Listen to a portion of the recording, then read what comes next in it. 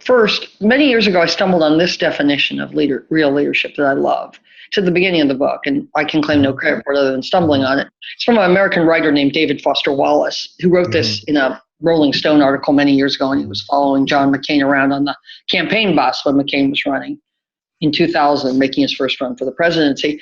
And he said, this is what David Foster Wallace wrote: real leaders are individuals who help us overcome the limitations of our own weaknesses, selfishness, laziness, and fears, and get us to do harder, better things than we can get ourselves to do on our own.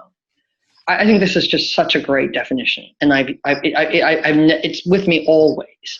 And it describes Shackleton very well. So what he was able to do is he kept raising the level of his game without textbooks, without Harvard Business School seminars, right? Without in the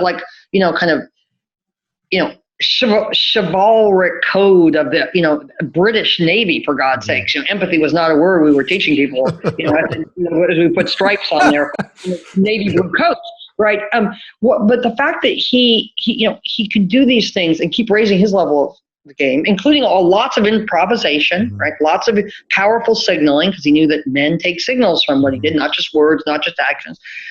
He was in a sense, helping the men do harder, better things than they could get themselves to do. And so when, the BBC says, how did you do it? In the 1930s, when they come back and interview all these survivors, they say the boss made us believe we could do it. It's a perfect illustration of the impact a leader can have by, as Bono, the rock singer, once said, making the impossible possible.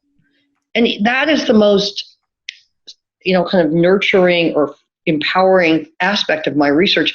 I have discovered all kinds of people, including Churchill, let's not forget, late May 1940, who make the impossible possible by learning how, in a crucible, to raise the level of their game and help others do the same thing. Absolutely. So that is the potency of great leadership in crucible.